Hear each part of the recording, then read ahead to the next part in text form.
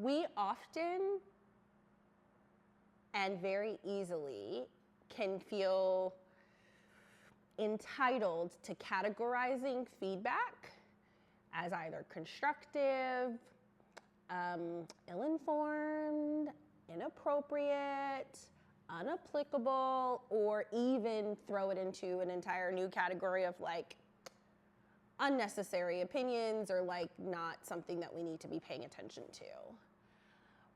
I feel strongly that there is this sense that, not even this sense, but that we all should embrace the idea that perspective or perception is reality.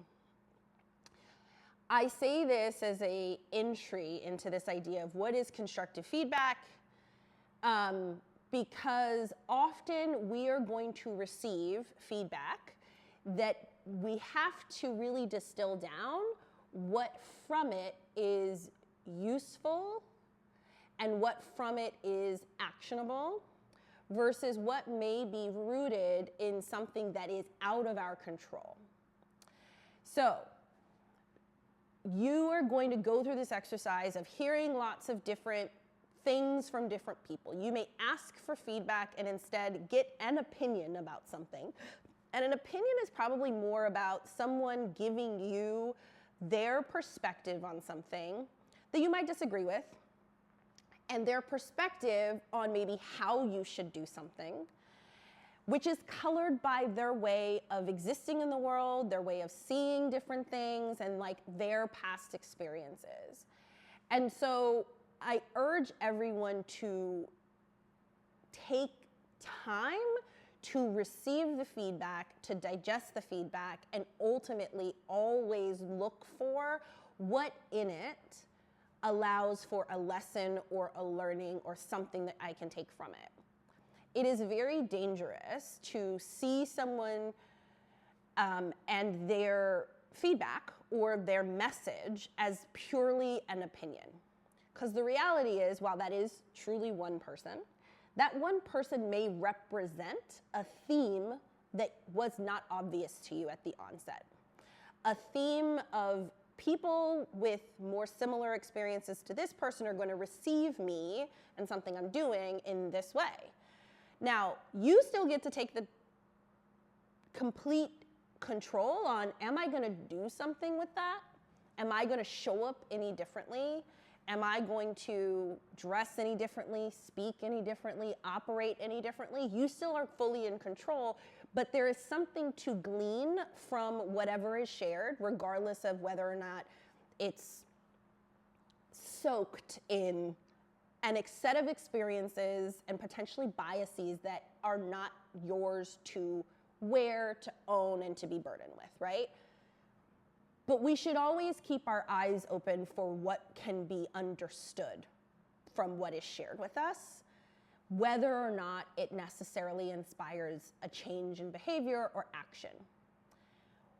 Part of what could be understood is whether or not this is an environment that is for you. A group of people that are well-intentioned and in support of you. A group of people who will embrace parts of you or villainize them or attack them or what have you. So everything is information. We need to be like the World Wide Web and collect and organize and categorize that information and then choose what to do with that information. So everything is information. Some of that information is opinion, sure. Some of that information is feedback that is actionable, that is clearly intended to make you better and move you forward. Some of that feedback is inactionable and it's based on bias and there's really not much you can do about it or what have you, but all of it is information, and it's important for you to take that information and focus on what you can learn from it. That's my unpopular hot take on this idea of like feedback, opinion, etc. It's all information, and it's for you to distill it into something that makes sense and works for you. You might ask yourself, well, how do I go about that? Like, what is the exercise of that? And, again, probably a little tired of me saying this, but you have to know yourself well enough to be able to create the filter with which to receive the information. You have to know what's going on around you well enough to understand who is for you, where things are coming from. I think it's important that we all operate with a spirit of curiosity. A lot of people will tell you, and I've heard this a lot in the workplace, and I think that there's a lot of validity to it, which is assume positive intent. I'm gonna keep it real. As a Black woman who's been in corporate America for almost 20 years, not everybody has positive intent. And that's something that I don't want us all to go blindly in. You are still gonna need to figure out how to operate in a spirit of curiosity that allows for you to uncover intent. And so always operate with a spirit of curiosity, uncover intent, uncover context, get more information on perspective and the point of view and all of that, and then use that information to then make a determination on what is actionable, what is constructive, what is useful to you based on your goals, your objectives, the things you need to drive, and then operate accordingly. Sure, we're gonna label some of that information as constructive criticism, constructive feedback. PS is constructive, i.e. there's something that can be taken from it for you to move forward. How to make that actionable? I've already talked about operating with a spirit of curiosity and seeking more information and more context. And I think that's actually the first step in taking something that is presented that you have now determined as constructive to make it actionable, is to maintain that curiosity. And so you're gonna potentially ask more questions to say, okay, I received this feedback, I understand that it's constructive.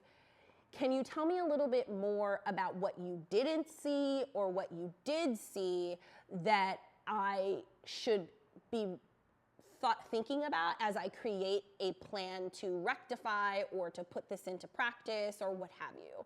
i.e. you are allowing them to give you more information. And the main reason for doing that is you can get a piece of information that you have now labeled, categorized as a constructive piece of feedback or constructive criticism. And you could come up with your own answer in a vacuum, in a bubble, for addressing that.